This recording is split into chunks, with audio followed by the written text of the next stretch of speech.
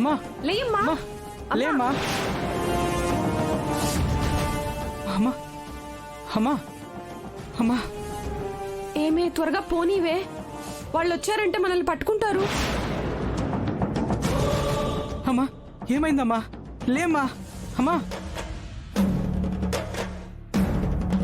ఆపు ఆపు ఆపు ఆపు అమ్మా. ఆపండ్రా. లేమ్మా. అమ్మా అరే అమ్మా. ఆపండ్రా, కారు ఆపండ్రా, పట్టుకోండిరా. శృతి. అమ్మా అమ్మా.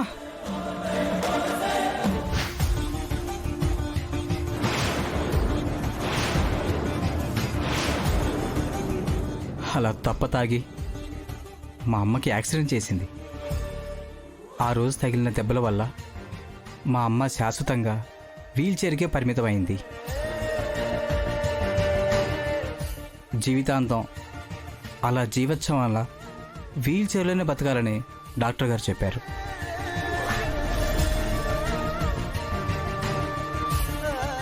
ఆ రోజున శృతి పీకల దాకా తాగి చేసిన ఘోరం వల్లే మా అమ్మకి ఈ గతి పట్టింది. శృతికి బుద్ధి చెప్పాలి అనుకున్నాను.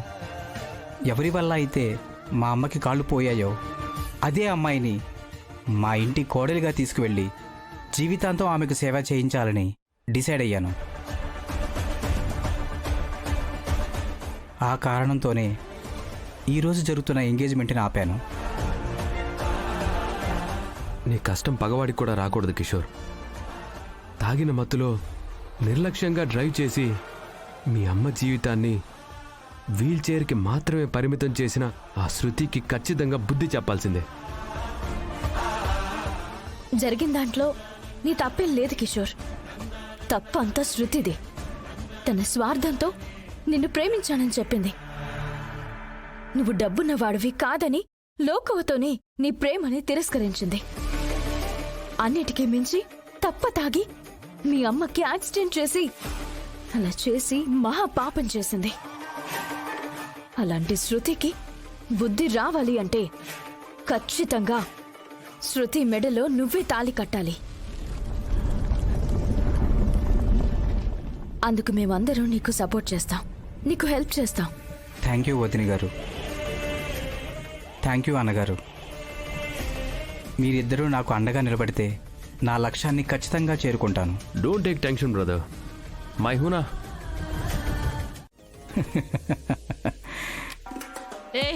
అదేమన్నా కామెడీ చేసిందా? పగలబడి నవ్వుతున్నావు? మర్యాదగా ఈ ఊరు వదిలి వెళ్ళిపో, ప్రాణాలతో మిగిలిపోతావు. లేదా ఇదే ఊరిలో శ్మశానంలో శవం అయితే వెళ్ళిపోతావు. అర్థమవుతుందా? చా ఊరుకోండి ఆంటీ, భలే కామెడీ చేస్తున్నారు మీరు. రేయ్, నేను ఇంత సీరియస్ గా చెప్తుంటే కామెడీ అంటావేంట్రా? మీ మాటలు వింటే ఎవరైనా కామెడీని అనుకుంటారు. అయినా అమ్మమ్మ గారు వీళ్ళిద్దరికీ పెళ్లి చేస్తాను అంటే మీరిద్దరూ వచ్చి అతన్ని ఊరు వదిలి వెళ్ళిపోమంటున్నారేంటి? చూడు, ఇది నా పర్సనల్ మ్యాటర్. దీంట్లో మాత్రం నువ్వు తల దూర్చొద్దు పున్నమి. సరే, మీరు తెలుసుకోండి. నిన్ను ఆఖరిసారిగా అడుగుతున్నాను కిషోర్, నన్ను వదిలిపెట్టి వెళ్తావా లేదా? ప్రాణం పోయి నేను విడిచిపెట్టే ప్రసక్తే లేదు శృతి. నువ్వు నన్ను విడిచిపెట్టి వెళ్ళను అన్న మరుక్షణమే ఈ విషం తాగి చచ్చిపోతాను.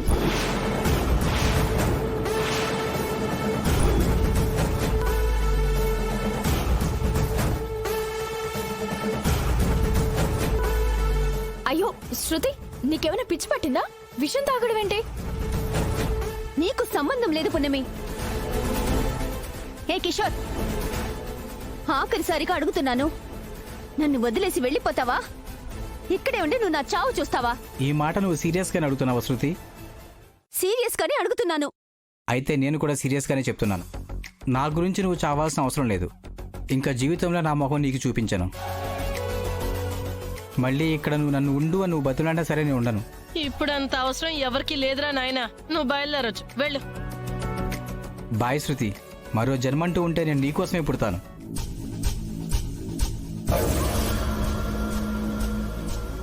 అయ్యో శృతి, ఎంత పని చేసావు?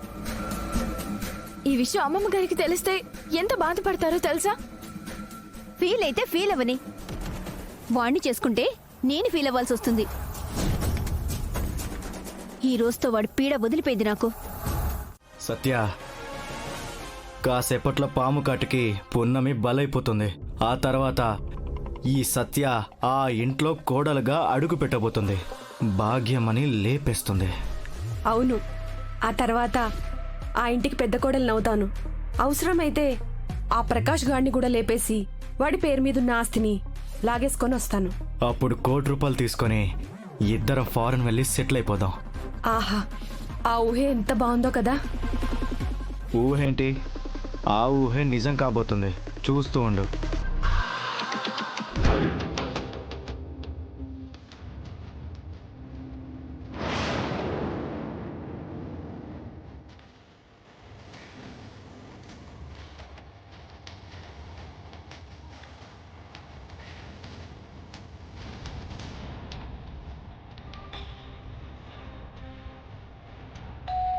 Excuse me madam.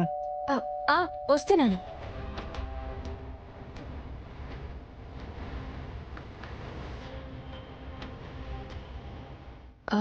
Courier madam, చెప్పండి. కొరియర్ పున్నమి అనే పేరు మీద వచ్చింది. ఓ, ఇవ్వండి. తీసుకోండి మేడం.